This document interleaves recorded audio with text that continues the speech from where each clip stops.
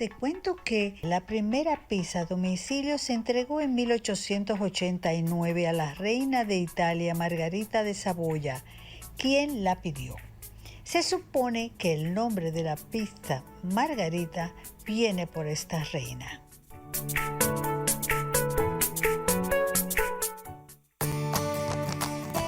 Farmacias Carol presenta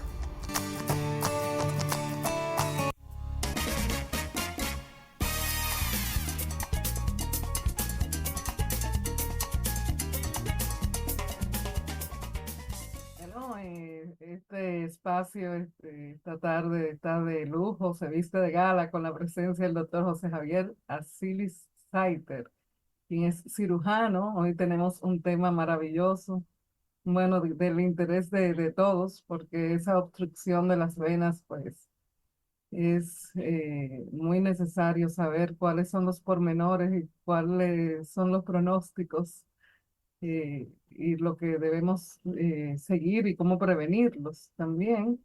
Y el doctor José Asilis, que es un doctor, un médico de no solamente de larga data, sino el doctor del rostro humano, como yo siempre le digo. Como debe ser la medicina, que usted llega y no es un número, es un ser humano que está ahí detrás, atendiendo a otro ser humano con toda la humildad y toda la calidez que requiere el paciente. Gracias por estar con nosotros, doctor. José Gracias a ustedes Gregorio. por la invitación. De verdad, doctor, siempre es un lujo tenerlo con nosotros acá en la hora de es parte de la familia ya. Doctor, iniciando el tema, ¿cómo se producen las obstrucciones en las venas o los coágulos, como mayormente conoce la población? Fíjate, una obstrucción de venas se debe precisamente a la formación de un coágulo. Del que estamos hablando mayormente son los coágulos que se forman en las piernas, en el escenario que suele ser o después de una cirugía o después que una persona tiene viajes prolongados. Hay personas también que tienen una predisposición a formación de coágulos de manera congénita porque tienen alguna alteración en los mecanismos de coagulación. Lo que sea la causa, es algo muy importante de detectar a tiempo, si es posible prevenirlo, porque tiene consecuencias a veces incluso mortales. Las obstrucciones de la vena, doctor, de las piernas, ¿tienen alguna relación también con las del corazón? Y cuando se habla de venas obstruidas en la aorta, en otras partes del cuerpo. Bueno, son mecanismos diferentes, porque cuando hablamos de lo del corazón se refiere a arterias. Ah, ok. Esto es venoso. Y es venoso, te digo, mayormente en las piernas, pero puede ocurrir en cualquier parte del cuerpo.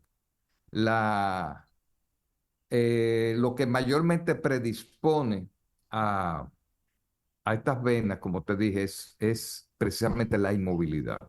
Y el trauma en las cirugías, que parece que también contribuye a producir factores de coagulación que terminan conduciendo a la formación de coágulos.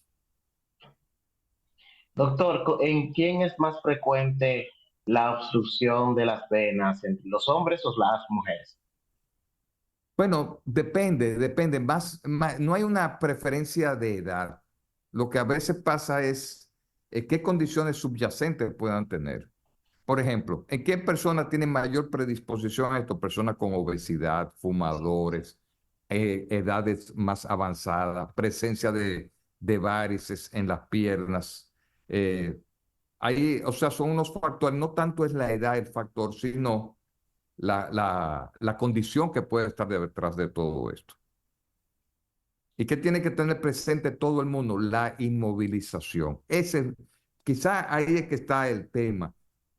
Por ejemplo, cuando una persona va a dar viajes largos, ya sea que va en carretera o toma un avión, es prudente que cada hora o cada 2 horas se levante para caminar, porque así activa su circulación. ¿De acuerdo? Eso es muy importante. Y también, por ejemplo, en el momento de las cirugías, los cirujanos identifican si hay factores que predisponen a la formación de esos coágulos para adoptar medidas preventivas. Doctor, Ana Mesa. la hidratación ¿tiene alguna relación con la obstrucción de la vena? O sea, si una... Fíjate, sí, sí, la respuesta es sí. ¿Por qué? Porque cuando se habla de obstrucción de venas, o sea, formación de coágulos, se infieren tres factores fundamentales o tres mecanismos. La viscosidad de la sangre, que la circulación no esté lenta y que no haya una condición que aumente la coagulación. Por ejemplo, cuando nosotros nos deshidratamos, la sangre se torna más espesa y ya eso puede predisponer a un coágulo. Claro que sí, que la hidratación es muy importante. Doctor, vemos muchos casos en las damas con las varices, gente que se somete a procedimientos para mejorar esa condición y se vuelve reincidente en el tiempo. ¿A qué se debe esto?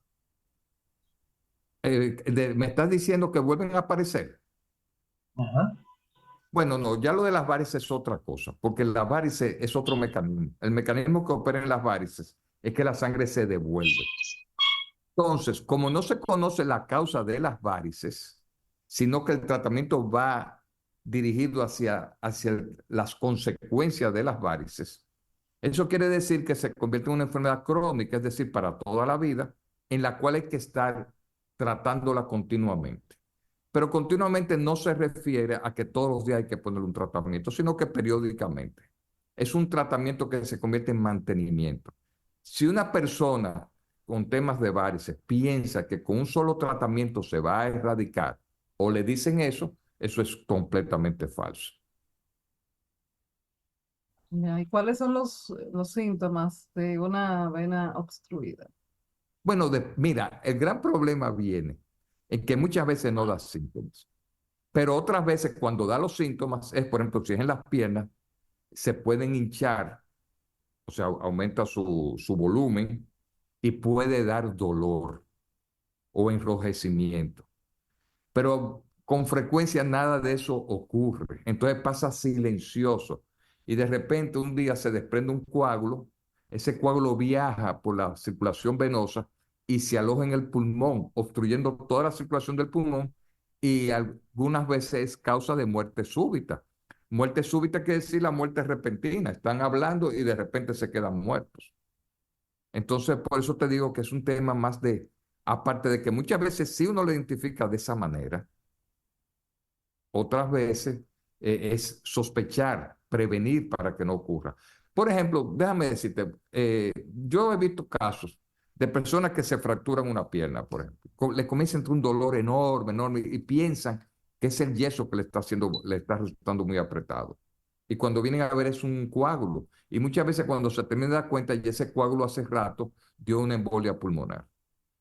Es decir, por un lado, siempre hay que sospecharlo para prevenirlo. Y por otro lado, tener presente que no siempre da manifestaciones. Regularmente, doctor, vemos que un paciente quizás vaya a su consulta para ver cómo camina la circulación, cómo camina, prevenir esas obstrucciones.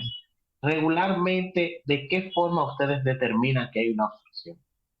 Mira, bueno, no, la obstrucción en sí, es evaluando la vena, si uno la sospecha. Hay varias maneras de evaluar una vena. Digamos que son básicamente tres. O le haces una radiografía directa inyectando un contraste, es poco práctica. El otro extremo, hacerle, por ejemplo, por resonancia magnética, que sin necesidad de entrarle un contraste directamente en la vena, pero el más usual para las piernas es la ultrasonografía con Doppler, lo que se llama duplex. Esa ve muy bien el vaso sanguíneo y ve muy bien el movimiento de los glóbulos rojos. La única salvedad que hay que tener presente cuando se habla de ultrasonografía con Doppler o cualquier forma de ultrasonografía es que depende de quién la haga. Ese es el único problema. Quiere decir que no es reproducible. Un mejor sonografista consigue más datos que uno que no lo sea. Pero en resumen, el estudio que nosotros más recurrimos para determinar si hay coágulos en las venas o no es la ultrasonografía con Doppler, el duplex venoso. Bueno, usted me ha preocupado porque si eso puede ser silente y uno no se da cuenta que eso está por ahí, ¿cómo uno no se Mira, puede, o sea, cómo sospecha uno que puede haber algo así? no, es tomando precaución. Te digo, para la población en general, lo que se me ocurre inmediatamente es, es que en viajes largos tiene que hacer pausas, caminar, porque eso activa la circulación. Ya para el médico, cuando va a operar, existen unas guías que incluso que son como unos encasillados, que uno va identificando factores de riesgo y en consecuencia, si los identifica, qué medidas va a tomar para prevenir esos coágulos. Eso es todo. Claro, una vida sana, una vida mientras menos, aquí también aplica lo mismo, evitar el sobrepeso, evitar la vida sedentaria, el mismo cigarrillo predispone, lo de siempre, que son factores. Pero yo diría que para todo el mundo es la movilidad, tener siempre presente eso, evitar viajes muy prolongados permaneciendo en una silla sin movimiento. Doctor, hablemos un poco de tecnología implementada en estas intervenciones. Sabemos que eso va avanzando rapidísimo y que cada vez son menos invasivos estos procedimientos. Hablemos un poco de eso. Bueno, con respecto a los coágulos, ya te dije, hay varias situaciones. Si vamos a hablar de coágulos, es primero la política para prevenir. O sea, ¿cuáles son las medidas para prevenir? Segundo, ¿cuándo hay que tratar? Si es para prevención, fíjate que a todo paciente quirúrgico le ponen unas medias elásticas. Eso da cierta protección. Pero a otro le ponen como parece como aparatos de presión que insuflan aire intermitentemente, o sea, de manera de una compresión intermitente que simula una marcha y eso ayuda. Pero lo que más efectivo ha sido es el uso de una forma de heparina de manera preventiva, que con frecuencia se usan en las cirugías. Hay médicos que tienen miedo de usarla porque creen que le va a sangrar el paciente, pero bien evaluado eso no es cierto. O sea, si uno considera varios factores y saber cuál utilizar, es muy raro el sangrado como consecuencia del uso de heparinas. Eso es en cuanto a la prevención. En cuanto al tratamiento, bueno, el tratamiento esencial cuando hay formación de coágulos es la anticoagulación. Y la anticoagulación también se logra a base de heparinas. Y hay otros compuestos más recientes que también pasan a ser parte del arsenal terapéutico. Hay personas que tienen tendencia a sangrar por una enfermedad de base y se le presentan los coágulos. Por ejemplo, una persona que tenga una úlcera sangrante, que tenga gastritis, que tenga otras condiciones de que con cualquier cosa sangra y si le dan el anticoagulante es peor aún. Bueno, ahí viene una intervención terapéutica muy interesante, que es la introducción por las venas de filtros, unos filtros que se colocan a través de las venas para por si disparan coágulos, quedan atrapados. Esos filtros lo hacen radiólogos intervencionistas, se hace en el país. O sea que nosotros podemos contar con eso. Métodos más avanzados para eso también está el considerar cuando ya aparecen los coágulos, tratar de disolverlos por esos mismos métodos intervencionistas, o sea, por vía endovascular con los radiólogos, instalando sustancias o eliminando los trombos. Pero esencialmente es prevenir a base de medidas que incluyen el uso de las heparinas, tratamiento que es esencialmente anticoagular y cuando haya riesgo de sangrado es colocar los filtros. Y ya con eso vamos a estar haciendo una medicina completamente al día, contemporánea, a nivel de cualquier parte del mundo. ¿Cuáles son los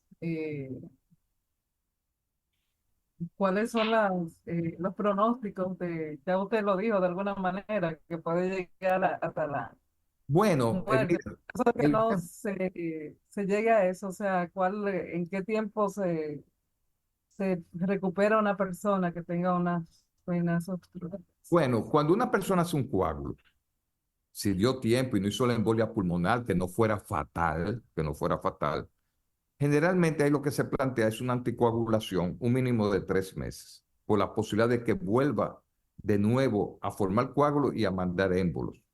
Y eso suele ya mejorar mucho el pronóstico con la anticoagulación. Antes se usaban 6 meses, ahora lo que se recomienda son por lo menos 3 meses y suele ser suficiente.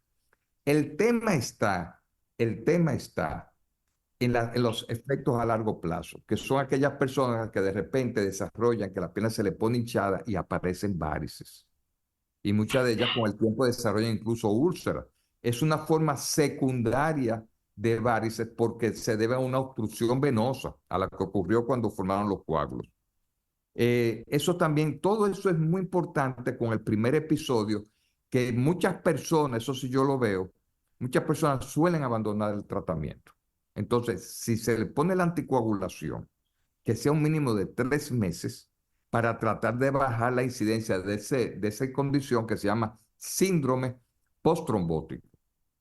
Y esa es la peor consecuencia que tiene este problema, que yo creo que con un tratamiento rápido, adecuado, se baja baja bastante la incidencia. Es interesante lo que menciona, doctor, del síndrome post-trombótico, ¿no? Sí, correcto. Me gustaría que nos hablara un poquito de en qué consiste. Mira, una vez establecido ese síndrome, ¿en qué consiste? Como están obstruidas las venas profundas, la sangre es empujada hacia las venas superficiales, que son las que están debajo de la piel. Esas son las venas que se afectan con las varices. Las varices no afectan a las venas de adentro, sino las de afuera. La mayoría de las veces, las varices, que son, repito, superficiales, se ven a problemas primarios que no se sabe la causa. Pero en estos casos es secundario a esa obstrucción. ¿Qué pasa? Al ya usar esas venas como un desagüe para poder mantener la circulación, uno no puede suprimir esas venas como hacen el tratamiento convencional de las varices. Esas personas se condenan, entre comillas, al uso continuo o diario de medias elásticas de alta compresión. Y si ya tienen ese síndrome, deben de usarla diariamente, porque si no, con el tiempo van a aparecer las úlceras venosas, que son altamente incapacitantes y que lamentablemente son bastante frecuentes en la población. Entonces, ¿cómo identificar el síndrome? Bueno, desde que una persona tiene varices que le aparecen con el tiempo y si recuerda haber tenido un episodio que tuvo una piel hinchada, ya hay prácticamente hacer el diagnóstico. Obviamente, en la evaluación, cuando uno hace el rastreo con el dúplex venoso, se da cuenta si hay daños de venas de adentro, de afuera, y así establece el diagnóstico. ¿Qué Tiene papel mucho que juega ver. la herencia? Adelante, Norita. Sí, le preguntaba al doctor qué papel juega la herencia en este tema. Mira, indirectamente la herencia en términos de coagulación pudiera jugar un papel en los factores que procoagulan, es decir, que favorecen la coagulación, algunas condiciones hereditarias que apenas están siendo descritas. Ya hay una lista de condiciones y que se sabe que con el tiempo van a aparecer. Ujú. Continúa, doctor. No, y que se sepa que con el tiempo van a aparecer más condiciones que predisponen a la coagulación y que vienen por factores hereditarios. Pero así identificar un factor propiamente como tal y decir, mira, tú tienes, porque mi mamá tuvo una trombosis, me va a pasar a mí, eso no, por ahí no es por donde hay que buscar eso. Bueno, el tiempo, como siempre, nos traiciona en televisión, así que agradecer la presencia del doctor Asili Saiter con nosotros. De verdad que siempre es un lujo tenerlo y la audiencia siempre lo procura. Así que para que nos comparta, por favor, su ubicación y teléfono para toda esa gente que le interese ir a su consulta y tratarse con usted. ¿Cómo no? El teléfono mío de contacto, que es también WhatsApp, es 809-221-1099. Como atiendo en varios sitios, ahí se orienta hacia dónde debe de ir la persona o se le hace la cita. Repito, 809-221-1099. A sus órdenes. Gracias, gracias, gracias, doctor. Bueno, como siempre, es un lujo tenerlo, vuelvo y le repito, y gracias por estar con nosotros. Continuamos con más de Hora. Adiós. Muchas gracias a ustedes. Chao. Farmacias Carol presentó